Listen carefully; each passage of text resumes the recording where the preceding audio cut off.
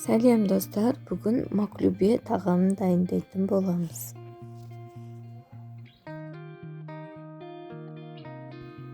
Ол үшін бізге ет, картоп, сәбіз, пияз және күріш қажет. Ең бірінші картопымызды қысып тұрған сұйық майымызға қуырып аламыз.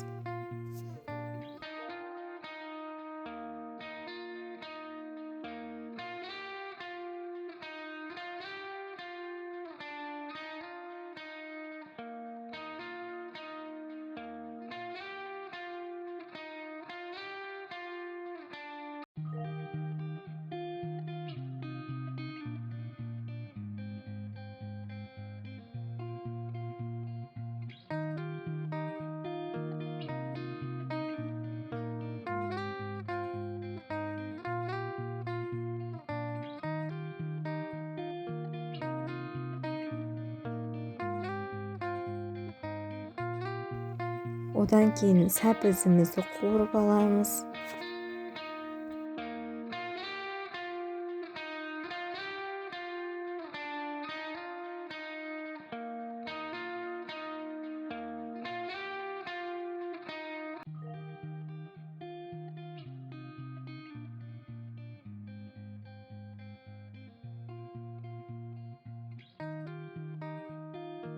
Одан кейін етімізді осылай қып-қызыл болғанша қуырып аламыз.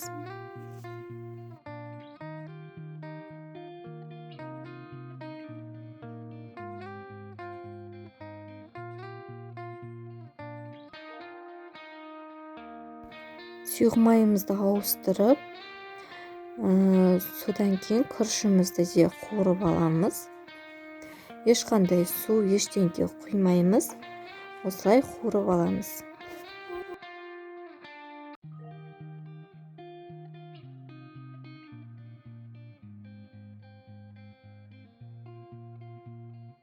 Енді табамызға кезек-кезегімен саламыз. Осылай пиязымызды дөңгелек етіп турап, астына пиязымызды жібереміз.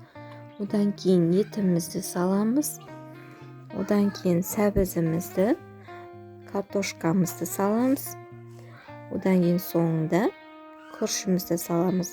Міндетті түрде орталарына тұз себуді ұмытпаймыз.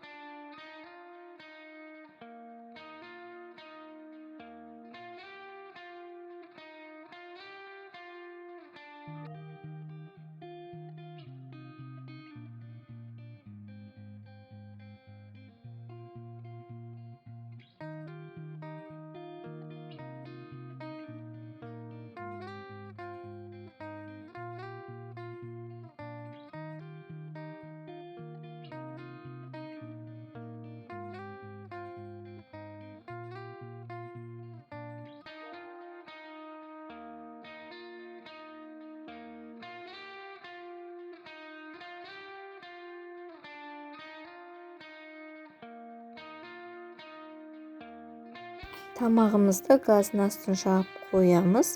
Үстіне міндетті түрде қайнаған су құямыз. Қайнаған суымыз күріштен 1-2 сантиметрге дейін биік болуы керек.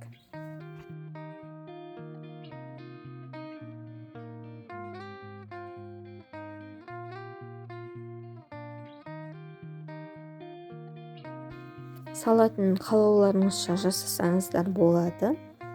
Мына жерде видеоға түспей қалыпты төңкергенім.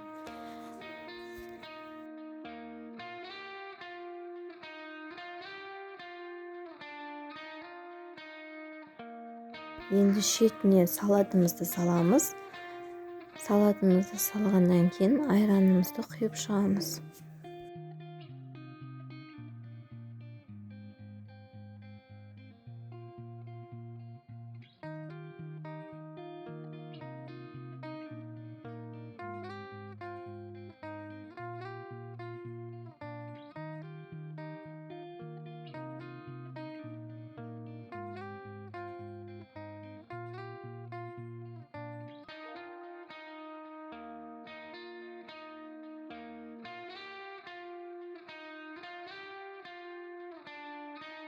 Сіздермен болған Назира Әбутәліп.